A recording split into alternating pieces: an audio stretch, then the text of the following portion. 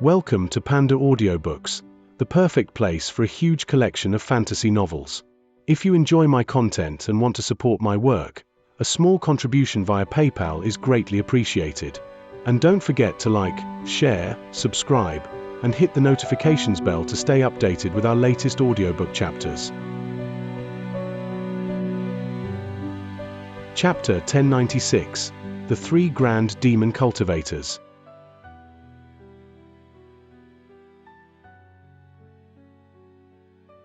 Several near-transparent demon beasts flew at the top of the white snowstorms and stealthily moved forward in the winterland. These demon beasts were known as glacial imps, born from glacial chi. Although they were only grade 6 demon beasts, their ruthless cold that froze the air posed little threat to them. Rather, they moved through it with vigor, much like a fish in water.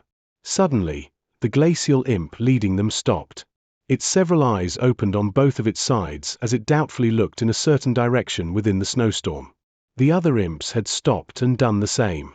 Suddenly, the sounds of tearing air sounded and several red threads broke through the winds. At incredible speeds, they penetrated the imps. With the sharp cracks of their demon cores splitting into two, the imps lifelessly dropped to the ground. At that moment, a silhouette slowly emerged from within the storm, a female North Night Palace cultivator who wore a white cloak. Her emotionless eyes observed the fluttering snow for just a moment before blurring out of sight once more. In an area 50 kilometers away, there was a 6-meter-tall figure with an ox head. It was walking across the sparkling surface of a frozen lake. A pair of pitch-black horns jutted from its head and its fur flickered with blue light. It carried a huge saber on its back and his buttocks twisted in a ridiculous clumsiness as it walked. But if a human cultivator were to see this demon beast, they wouldn't be laughing by any stretch, as the figure was grade 7 demon beast on the verge of metamorphosis. Due to North Night Island's fully activated restrictions, all demon beasts below grade 8 were forced to tread through the ground, resulting in those less skilled in movement techniques to move forward at a snail's pace. Suddenly, the huge saber on the demon beast's back blurred and seemingly disappeared from sight. A huge boom soon followed, along with a miserable cry. A wide and immensely deep cut had appeared on the surface of the lake. The bull-headed demon then began to leisurely examine it. In the blink of an eye, mists of blood spouted from the cracks as well as a bisected corpse. From its clothes, it appeared to belong to a disciple from North Night Palace. The disciple used ice movement techniques to move underneath the lake in preparation to ambush the demon, but he was seen through and was executed in a single strike. With a trace of savage cruelty on its face, the demon reached out with its hand and summoned the corpse half into its grasp. It widely opened its mouth and chomped down. In the time it took to finish a cup of tea, the corpse half filled the demon's stomach to satisfaction. Similar scenes of slaughter occurred throughout North Night Island, of low-grade demon beasts being ambushed and cultivators being devoured. However, all battles taking place were against low-grade demon beasts and cultivators at core formation stage and below. Nascent soul cultivators and grade 8 demon beasts, however, didn't seem to notice these battles, as one side stayed inside their city of ice and the other rushed through the snowstorms. It wasn't that the high-grade demon beasts didn't want to kill the palace's low-grade cultivators, but rather, it was difficult to find them amidst the snowstorms and activated restrictions, not to mention these cultivators were skilled in various evasion techniques. A few of these North Night Palace cultivators even wore particular magic tools that concealed their scent, making it even more difficult to discover them. Even if these demons managed to kill a few cultivators on occasion, it would do little to affect the war as a whole. It would be better for them to conserve their strength for the upcoming battle. Every sliver of magic power is significant in a battle of life and death after all. When the many demons drew close to the city of ice, the beautiful middle-aged elder Liu was sitting inside a hall in the hidden Arctic dragon boundary. Sitting across from her were 2 rows of North Night Palace elders, all of them listening to the reports of a white-clothed palace disciple. The disciple respectfully said, of the 100 high-grade disciples that were dispatched, 37 of their life soul tiles were shattered. From the information we've acquired, there were 127 demon beasts killed, a majority of them being from the Ice Sea. We've already dispatched the second wave of disciples. It should take about 2 hours before they group up with the first wave. After a brief pause, Elder Liu commanded, 37 disciples have already perished in battle. It should be about time for them to be a few thousand kilometers from the city.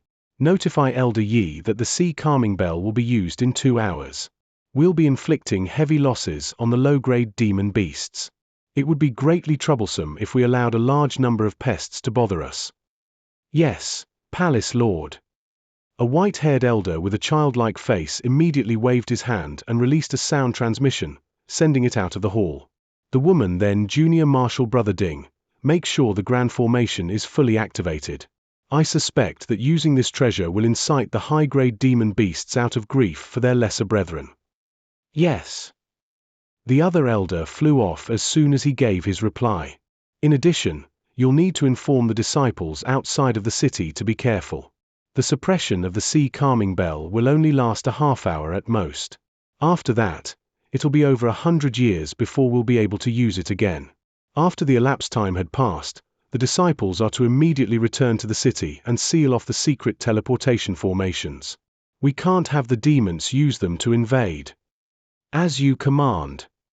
With a string of commands uttered, the other elders began to move and carry out her orders. Hundreds of kilometers away from the icy city, a large group of high-grade demons arrived on top of a small ice mountain.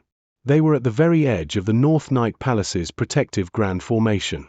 As they looked at the glacial mist flying in front of them, the metamorphosed demons wore a solemn expression. These demons clearly belonged to 2 groups. One group numbered about a dozen and were surrounding a tall old man and a short child. The other group consisted of over 20 and were escorting a slender silver-clothed woman. But oddly enough, these demons all looked quite ordinary. Apart from a few discrepancies in their appearance, they were no different than human cultivators. And even stranger was how each group looked at each other with contempt. The larger group of demons wore hateful expressions and clothes made of fur. There were even those that left their chest uncovered. They carried a large assortment of weapons in either their hands or back. They also hung storage pouches made of hide on their waist. While it was unknown why they didn't keep their weapons there, these demon beasts emitted violent intent as they gazed at the other group. The 2 groups of demon beasts faced one another with a clear gap between them. But if any cultivator were to come across them, they would fearfully run away. They were all metamorphosed demon beasts at grade 8 and higher. The old man, the child, and the silver-clothed woman, in particular, were grade 10 demon beasts. Such power would likely be able to instantly crush any of the 10 great sects of the righteous or devilish Tao. High-grade demon beasts were already more powerful than their equivalently ranked cultivator counterparts. The black-robed old man amongst them had a stern and squarish face with spirited eyes. His grey hair faintly glowed with azure light, overall producing an aura of self-confidence. Next to him was the boy that appeared 7 years old with a delicate, nearly otherworldly appearance. His irises were faintly red and he wore a faint smile. The silver-robed woman facing him had snow-white skin and beauty capable of toppling nations. However, this gorgeous woman was escorted by many formidable high-grade demons, who didn't dare to meet her gaze. They looked down as if in fear. The old man said with a chuckle, "Fairy Feng, I didn't expect that these North Night Palace cultivators were truly willing to attack. They actually released the glacial chi they were accumulating for nearly 1,000 years. I'll have to see how they respond when they encounter another great enemy in the future." The woman's expression stirred and she coldly said, "Fellow Daoist Qing, why do you ask despite knowing the answer? The North Night Palace cultivators do not know that our objective this time isn't the glacial quintessence, so it is natural for them to hold nothing back. Otherwise," the child then opened his mouth and spoke with an aged raspy voice. "However, I am quite surprised to see that fellow Daoist Feng had personally made an appearance. For over 2,000 years, you've entered seclusion in the icy depths." The silver-robed woman shifted her gaze to the child and calmly said, "If it were for anything else apart from passage up to the spirit realm, I wouldn't have left. Didn't you also send your incarnation over here?" The child narrowed his eyes and chuckled, "I didn't expect you to readily agree with my proposal. How surprising. It seems you've been dissatisfied with North Night Island since long ago and have thought about exterminating Fairy Ice Soul's line of cultivators in the mortal realm. Fellow Daoist Feng, you are relying rather heavily on the power of our myriad demon valley."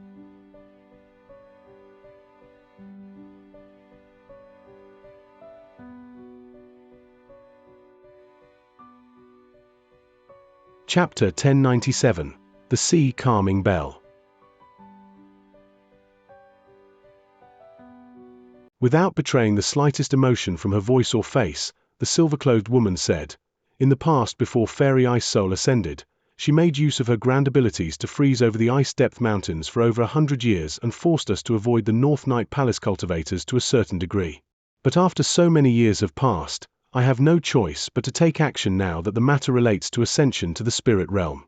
Rather, isn't Brother Che worried about losing your incarnation after putting so much effort into developing it?" The child let out a cackle. "If it is as you say, this trip will be well worth it even if there must be sacrifice. I only didn't expect for the most possible location for a spatial node to be located in spatial tear inside North Night Palace's Spirit Void Hall. If it weren't for the fact I sent men to investigate this several times, I wouldn't have personally taken action. After all, the North Night Palace is quite powerful. They will not be easily destroyed." The silver-robed woman's eyes flickered to the boy. A spatial node would only be able to continue to exist until now in a spatial tear as large as the one inside Spirit Void Hall. "I've heard you say that you've already checked the other area and found nothing. If we find nothing here as well, what do you plan on doing from now on?" The boy was silent for a moment before letting out a cold laugh. "It's very simple. I'll just continue in my search for spatial nodes. In the past, the ancient cultivators managed to find it for themselves. Why can't I do the same? But we do not have much time left. It is said you are the descendant of an ancient demon from the spirit realm. Not only are your abilities vast, but your lifespan is much longer than other demon beasts. But even you must feel your time running thin after all these years. Didn't you already use a secret technique to seal your true body and prolong your life? Again, why do you ask something you already know the answer to?" The child's expression sank as if hurt by what she said. The silver-robed woman sighed and looked at the grand formation in the distance with a lost expression. "You can't continue to ignore the problem. You don't have much time left. A few days ago, I acquired information about the 5 dragon seas. Eccentric white deer had perished from age. He is a descendant of a heavenly spirit beast and cultivated ever since the ancient battle against the cultivators. Ordinarily, when one's lifespan becomes bleak, they seal their true body, but that is life without purpose, leading to an unavoidable death.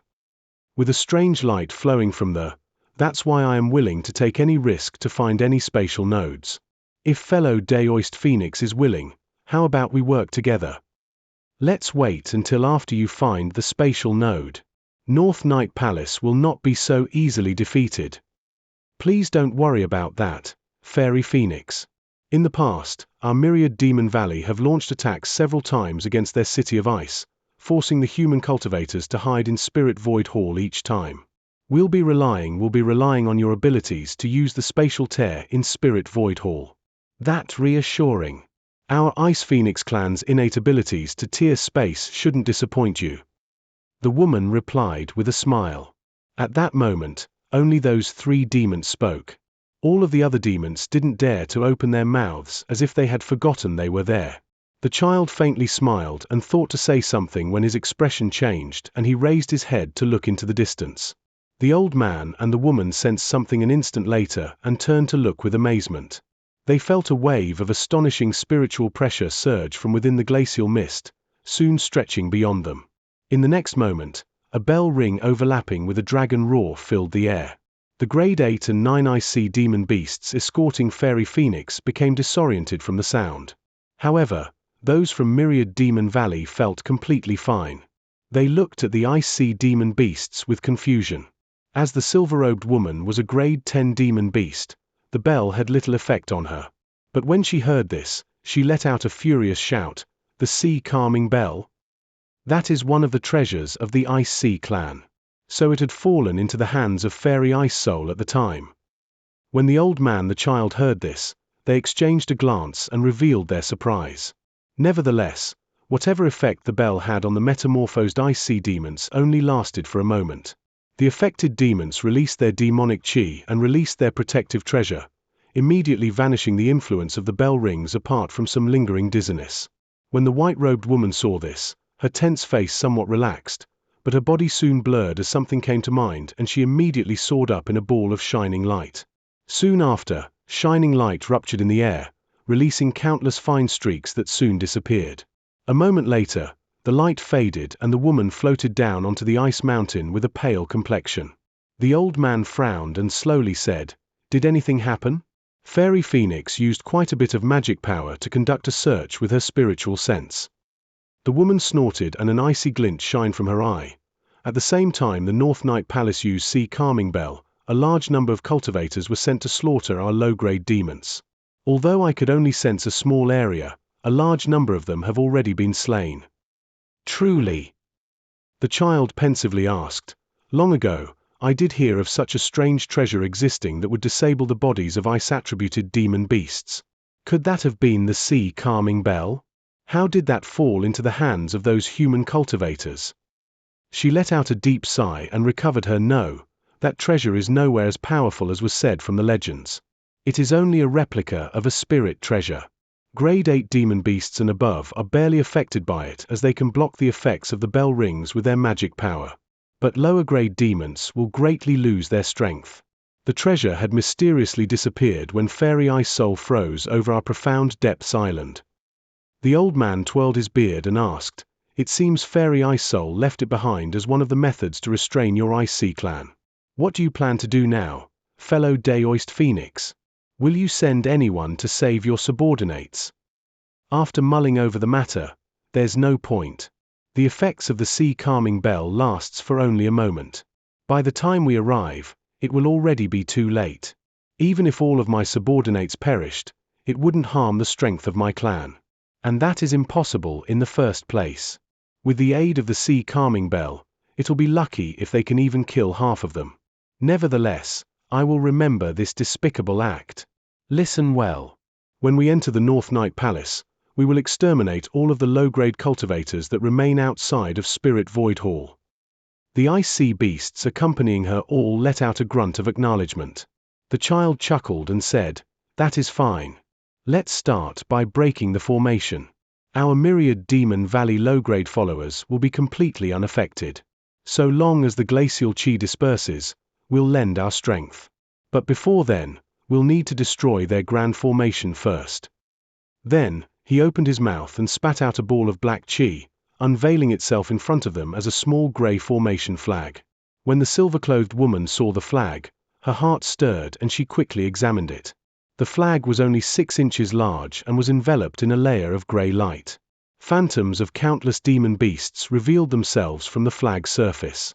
It was entirely silent, running contrary to their ferocious images. The silver-robed woman looked at the banner before glancing at the child. "Could that be your valley's myriad demon banner?"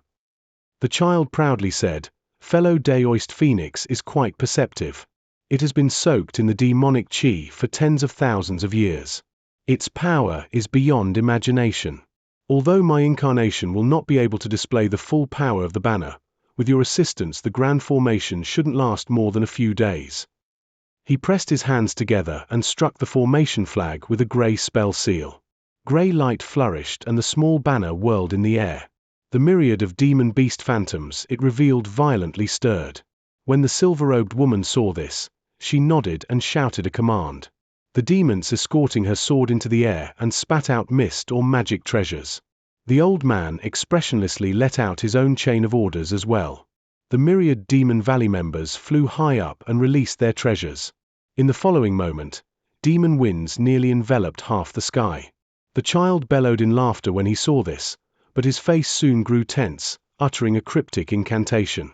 The myriad demon banner grew massively in conjunction to the incantations. The chants continued for the time it took to finish a cup of tea. In that time, the flagpole turned meter-wide and became a towering 300 meters tall. Each of the demon beast phantoms on the banner's surface appeared true to life and flew go. The child let out a thunderous shout and urged the spell to activate. Violent roars deafeningly roared from the phantoms on the banner's surface, each of them emitting demonic chi from their mouths. The clouds of it clashed against the white glacial chi enveloping the air. The metamorphosed demons displayed their might as well and charged forward. At the same time, a dozen silhouettes appeared amidst the glacial chi, hidden within the grand formation. Their hands lit up with light before rushing to confront the demons. In the blink of an eye, the war was about to unravel.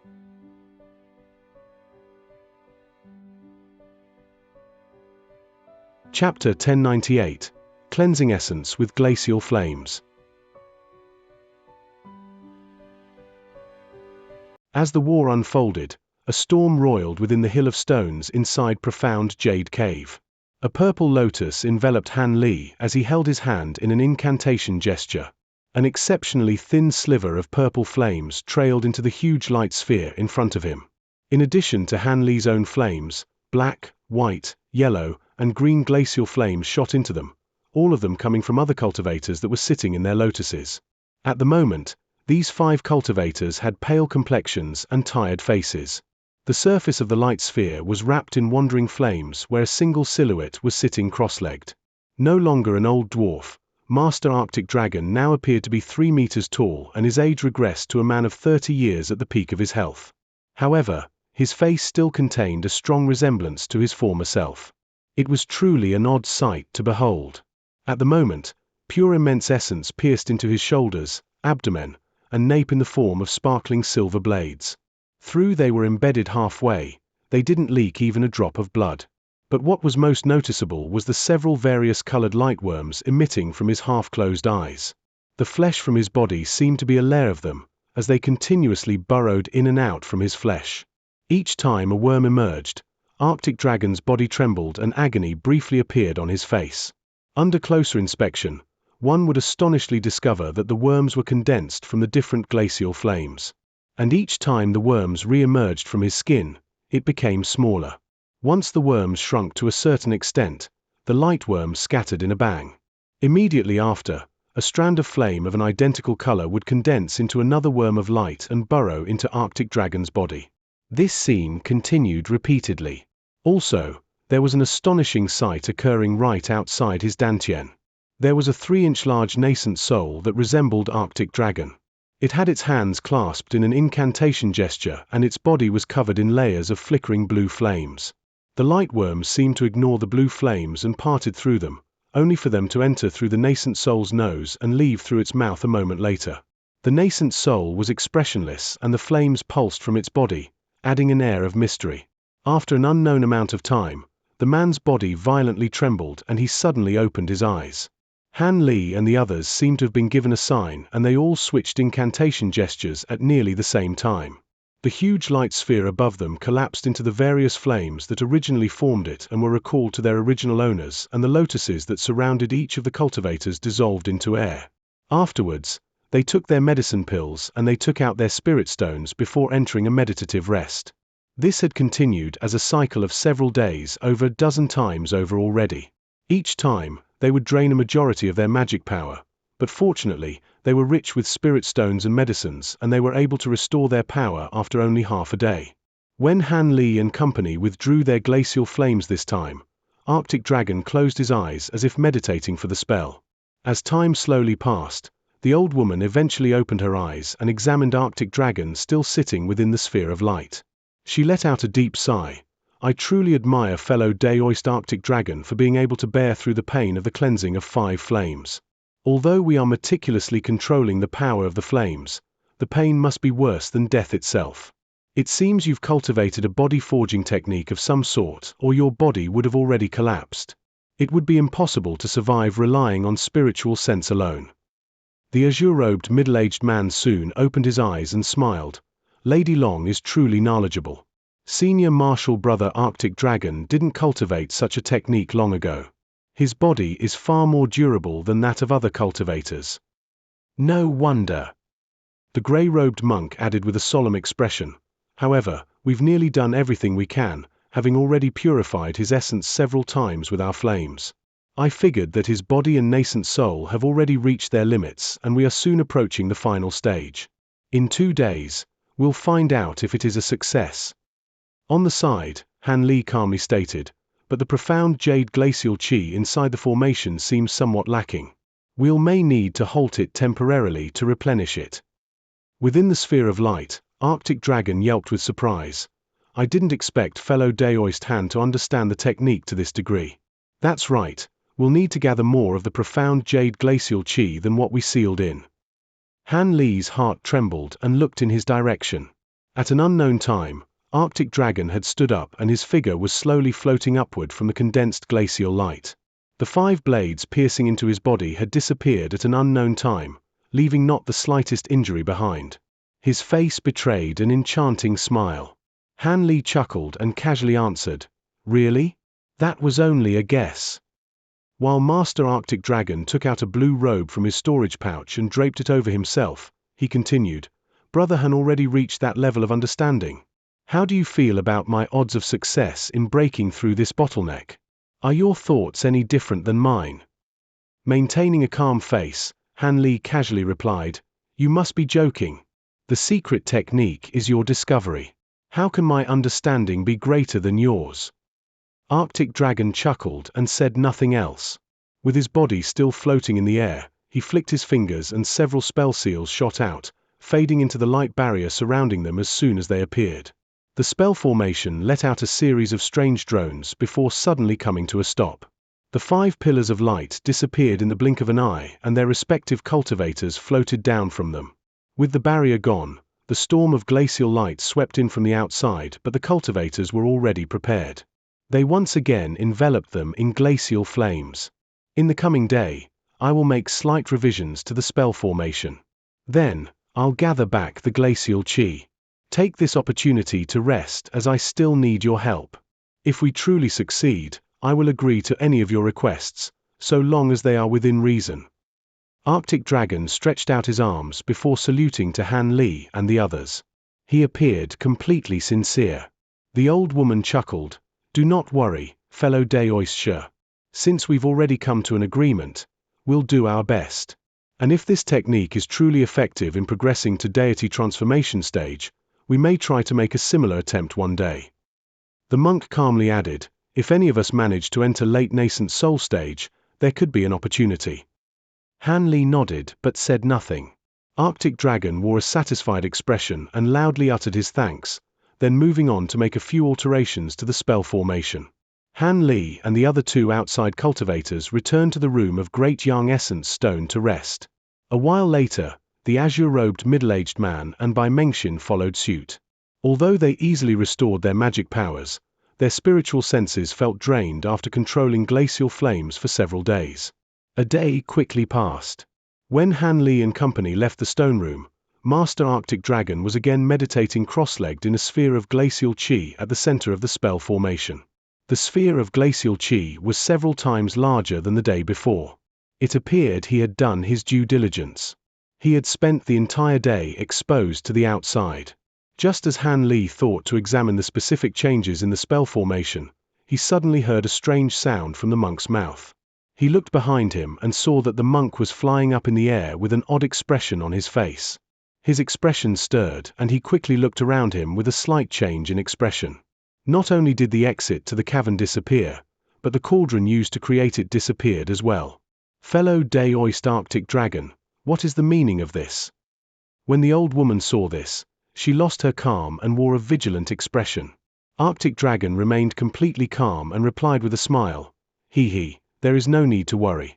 Because I don't wish for anything to disturb us, I sealed the exit for the time being. I suspect I'll also need to draw on the celestial blue cauldron's power to make the breakthrough." So it was like that. The monk and the woman exchanged a cautious glance. As for Han Li, he narrowed his eyes as he silently looked upward. The atmosphere in the cavern became tense. Arctic Dragon chuckled and spoke to the 3 outside cultivators with a pleasant face. "It seems my actions have been inconsiderate and have caused you to worry. It's fine if I don't use the cauldron.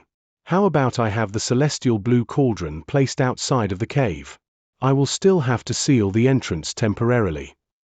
Soon after, he waved his sleeve and a cauldron wrapped in blue flames flew out from the cauldron and instantly flew a kilometer into the air, arriving just underneath the exit. Although Han Li and the others didn't reveal it, they appeared much more at ease now that the cauldron was far out of reach from Master Arctic Dragon. After a moment of thought, the old woman's tense expression eased and she heartily laughed. "Fellow Day-Oist Arctic Dragon is quite thoughtful. How could any of us harbor doubts of you?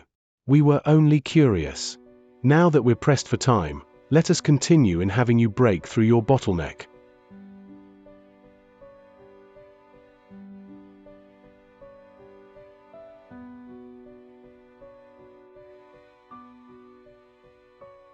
Chapter 1099. Suspicions. The grey-robed monk stealthily gave Han Li a sound transmission. "Brother Han, what do you think? Although fellow Daoist Arctic Dragon's words hold reason, I have my suspicions. As for fellow Daoist Long, I know she has some relationship with North Night Palace. We'd best be careful." Han Li's heart trembled and he shot a glance at the monk, seeing that he was smiling at him. As he pondered over the validity of the monk's words, a huge boom rumbled from Spirit Void Hall above them. The entire cavern faintly trembled as if a result from an intense strike. Surprise was faintly revealed from everyone's faces.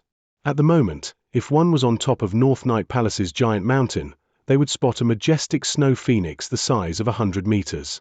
It was circling the barrier covering the huge mountain, glacial winds whistling past its wings. Its claws held a giant glacier 3 times larger than itself, and it let go. The towering glacier tore through the air as it fell, resulting in a world-shaking explosion. Blinding streaks of white light burst forth as the magnificent barrier began to warp, but in the end, it managed to stay intact. However, the pressure from the attack managed to collapse the more fragile buildings.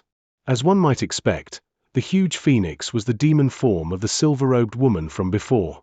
Her heart still boiled with rage over having the low-grade ice sea demons slaughtered under the effects of the sea calming bell.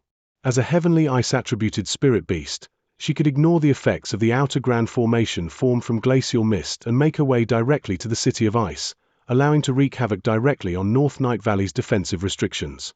Although her first strike succeeded and threw the cultivators on the mountain into a panic, it also alerted the high-grade cultivators to react. A ring of white light flashed from the demon bird's body.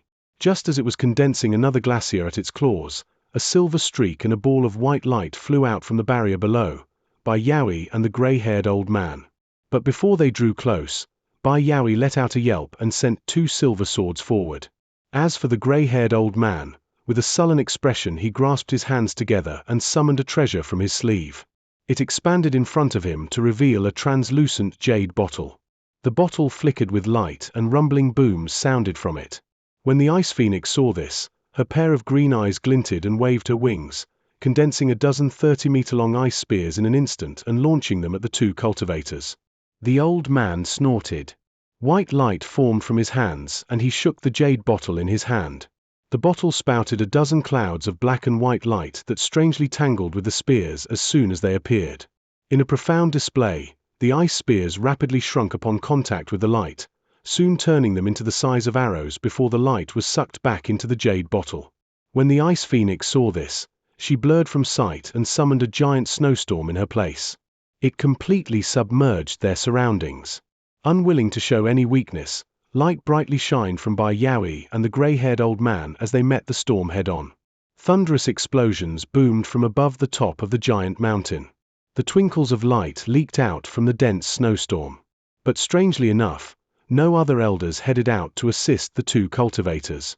If they weren't occupied with controlling the 2 spell formations, they were likely fighting other high-grade demon beasts. As the battle fully unfolded outside, Han Li and the others inside Spirit Void Hall were able to sense the pressure of the battles and they looked at each other in dismay. Arctic Dragon glanced at the exit and a solemn expression appeared on his face. With a heavy voice, Arctic Dragon said, "It seems the demons have started their attack in earnest. As such, we won't be opening the cavern opening, or we will be disturbed when the time comes and our efforts will become wasted. Since I planned on having you all help us deal with these demons, I don't have the slightest intention of harming you." The monk frowned and slowly said, "Brother Arctic Dragon's words are reasonable, but if we succeed in breaking through your bottleneck, your cultivation will rapidly increase but we will left exhausted. Being sealed underground for such a long time has left us a bit restless. As the saying goes, wise men make preparations for possible danger. We all have some degree of friendship with your palace, but your words aren't enough for us. Are we supposed to trust our lives with you so easily?" Arctic Dragon replied with a helpless tone, "It is no wonder you are all so careful. If I were in your position, I would feel the same. Is there anything I can do to be more accommodating?" A glint flashed from the grey-robed monk's eyes and he asked, "How about you hand over the celestial blue cauldron to us 3 outsiders for the time being? We'll return it to you when the time comes, of course. And this way, we'll be able to focus on helping you wholeheartedly." When Han Li and the old woman heard this, they were startled but soon understood what he meant. "Yes, that will do." Han Li readily agreed. The old woman took a moment of thought before eventually nodding. When the azure-robed middle-aged man heard this, he shook his head. "Master Morgio, isn't this too much? You should understand the origins of the celestial blue cauldron. It is the magic tool dedicated to cultivating our sect's celestial ice flames. How could we allow it to be taken by others?" The mink's kindly expression, "We are only holding it for a short time. When we leave here, we will return it with thanks. We have no intention of keeping it. Please think it over, fellow Dai Oistoyang." But, just as the middle-aged man was about to continue, Arctic Dragon cut him off. "Enough, Junior Marshal Brother Ouyang, Master Morgio's words hold reason. I agree to this condition, but which of the three will hold the cauldron?" When he asked this question, he took a long look at Han Li, then taking a quick glance at the other two. The monk and the old woman both grew quiet. The old woman eventually broke the silence. "Since Master Morgio raised the condition, he should be the one to safeguard it. I believe he's always been a trustworthy individual." Han Li narrowed his eyes as thoughts flashed through his mind like lightning. He eventually nodded in agreement. "With your trust, I will take the cauldron into my care," the monk solemnly agreed. With the three having come to a decision, Arctic Dragon wasted no time and pointed to the cauldron high in the air. It spun as it made its way down with its flames extinguished. The monk reacted instantly, releasing green mist from his sleeve. It wrapped around the cauldron and would soon restrain it, serving as a temporary shackle. Although the celestial ice flames could emerge from the cauldron, he had nothing to fear as his own body harbored a flame of extreme cold. When Han Li saw this, he shot over to the pillar of purple light in a streak of light. After some close observation, he gained a near-complete understanding of this technique. However, he would need to see the technique used to completion in order to gain a comprehensive understanding of it. That was why Han Li was willing to stay sealed inside the cave despite his misgivings. He was also confident in his own exceptional abilities and felt he didn't have much to fear. Additionally, Arctic Dragon would have unstable cultivation even if he managed to succeed. There would be time before he could prove a threat. Besides, deity transformation stage cultivators were restricted in the mortal realm. Before she left for the spirit realm, Ling Long left behind a jade slip that dispelled many of his fears of these mysterious cultivators. And just to be safe, Han Li mentally commanded the Great Yin True Flame to stealthily enter the spell formation and hit itself under a stone. It succeeded in being undetected. The others each flew up to their respective pillars in the formation. Arctic Dragon then set forth, activating the spell formation once more with flicks of his fingers. Bright mist suddenly filled the air around them and a barrier appeared around them once more, blocking the cavern's white storms. Han Li blinked and carefully looked around him. Although the activated restrictions were the same as before, there were clear differences in their spiritual fluctuations. As an accomplished scholar in spell formation, he discovered a few of its inner workings as he silently analyzed them. "Let us start. If this truly succeeds, I won't forget your kindness," Arctic Dragon said with a deep laugh. He held his hands in an incantation gesture and blue flames quickly ignited from his body, soon turning into the deep blue color of a clear ocean. The sight was completely entrancing. When the old woman saw this, she muttered with a tone of awe, "To think you refined the celestial ice flames to this degree. I fear you've already reached the highest purity of glacial flames allowed in our mortal realm. Those are glacial flames refined to their utmost limit." Han Li's heart stirred and he took a deeper glance at Arctic Dragon. At that moment, the others began to sit down on their respective pillars and huge light lotuses slowly wrapped around them. Han Li lightly smiled and sat down as well, grasping his hand in an incantation gesture. Glacial flames spurt forth simultaneous from all the cultivators, but before any of them urged them on, the cultivators let out series of soft incantations. As their chanting continued, the lotuses grew, multiplying their size in an instant. The flames burning from the cultivators' bodies spread to the lotuses, lighting them up in a dazzling display. Han Li simply felt a trace of a burning sensation from his body, lasting only for an instant as his body drowned in the purple apex flames like a small sun. Chapter 1100. Demon Soul. Immersed in glacial flames, Master Arctic Dragon slapped his hand on the crown of his head. A muffled thud sounded, followed by the ejection of the 3-inch large nascent soul covered in blue light. The nascent soul sat cross-legged with its hand in an incantation gesture. A jade pendant hung from its neck, sparkling with silver light. The nascent soul floated 10 meters above its body and took a breath, exhaling a ball of blue flame. The flame was the purified essence of the celestial ice flames that Arctic Dragon bitterly cultivated for hundreds of years. As the blue flame danced in the air, it formed a blazing shining wheel underneath the nascent soul. Then, the nascent soul slowly floated up out of the sphere of glacial light. When the cultivators saw the appearance of Arctic Dragon's nascent soul, the others immediately moved into action, pointing at the sphere of glacial light, sending threads of their own flames towards it. Before the glacial flames touched the nascent soul, the wheel underneath it suddenly revolved at immense speed. The flames trembled once before gathering in the direction of the wheel. The flames stained the blue wheel with 5 colors in a gorgeous display, leaving who would gaze upon it mesmerized. The nascent soul then softly shouted, releasing a string of spell seals into the wheel of light. Booms sounded out as the flames trembled, shortly detonating one after another. At that moment, the nascent soul's casting rapidly increased, exhausting its magic power in a single breath as it released spell seals without pause. Under the nascent soul's control, the glacial flames ruptured as they began to fuse together into a single lotus. Black, white, red, yellow, green, and blue, the colors of the 6 glacial flames, could be faintly seen from its translucent petals, but the colors faded together to create a magnificent sight. The 10-meter-large lotus made a rather large contrast to the tiny nascent soul, but as it uttered a chain of profound incantations, the lotus flickered with light and began to grow smaller. Each time it shrunk, it released dazzling rays of light. After a short while, the lotus became a foot tall and its petals now appeared solid and material. The 6 flames danced across them in an otherworldly display. The 5 cultivators couldn't help but betray their surprise, but they released their flames with increasing intensity regardless. When these flames poured into the lotus, they seemed to disappear. Then, the nascent soul suddenly opened its eyes, revealing an odd golden shine. It then reached one of its hands towards the lotus. Crackles repeatedly sounded as countless blue threads ejected from its fingertips, fusing with the nearest lotus petal. While nascent soul's incantations continued, it folded its fingers towards its palm.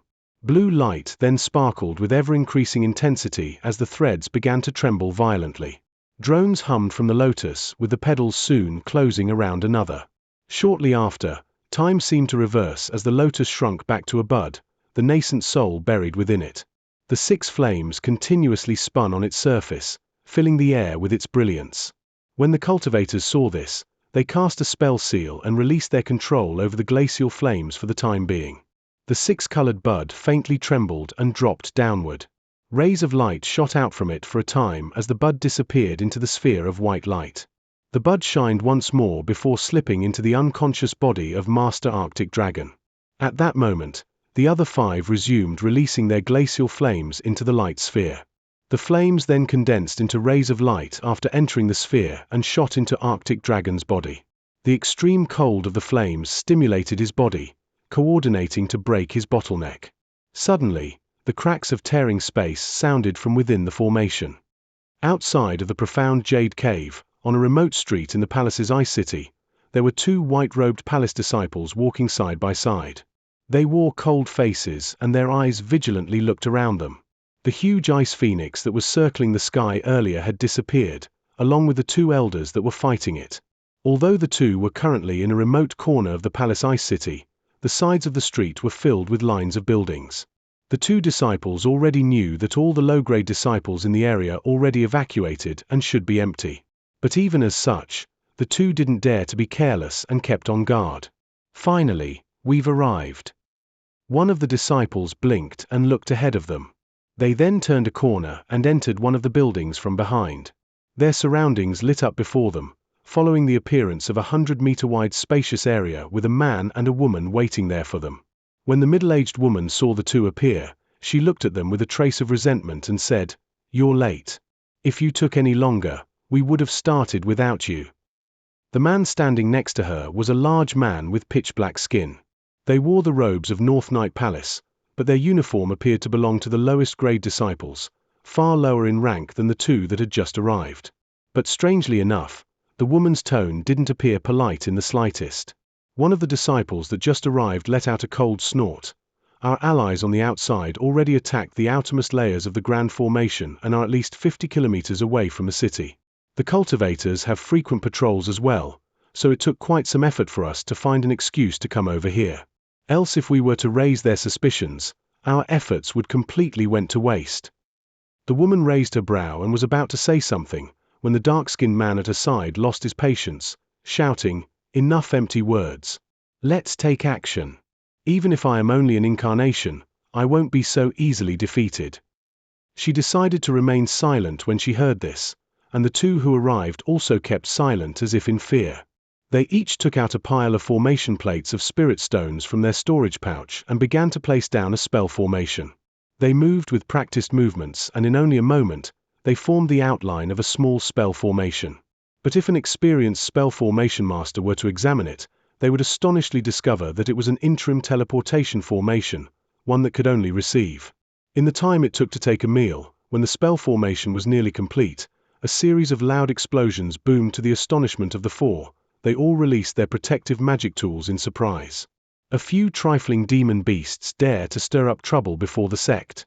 Old fogies like us could hardly allow this to continue. An old voice emerged from the icy mist in the air, followed by the appearance of two men. One of the men was old, had bold eyebrows and long facial hair. The other was a middle-aged man with red-brown skin and wore a long sword on his back. "It's the enforcement elders of North Night Palace. Let's run." When the woman saw the two, she shouted in alarm and shot away in a green streak. The other three conspirators reacted no less quickly and fled hurriedly. If those demons managed to escape, we'd be a laughingstock. The middle-aged man sneered and flicked his hand, releasing 4 blinding sword streaks. 3 screams immediately followed as the sword chi swept through the woman and 2 of the men.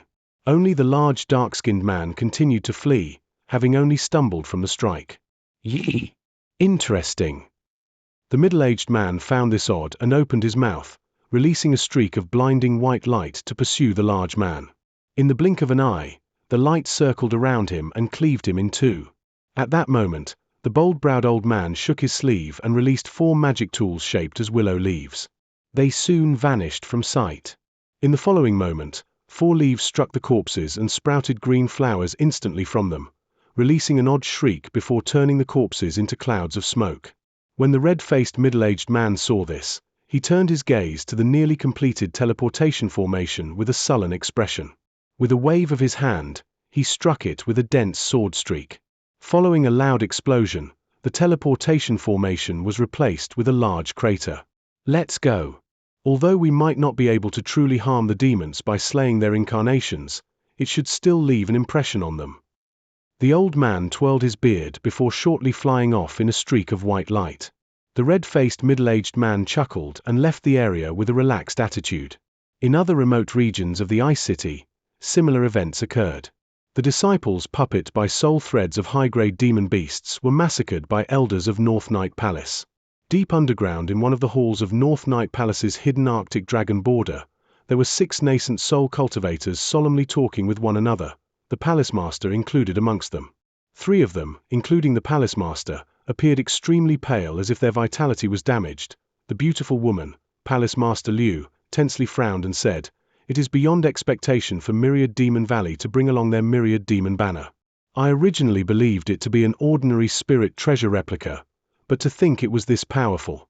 If it weren't for Elders Fang and Huang, I fear I wouldn't have been able to block the strike from old Demon Che's incarnation."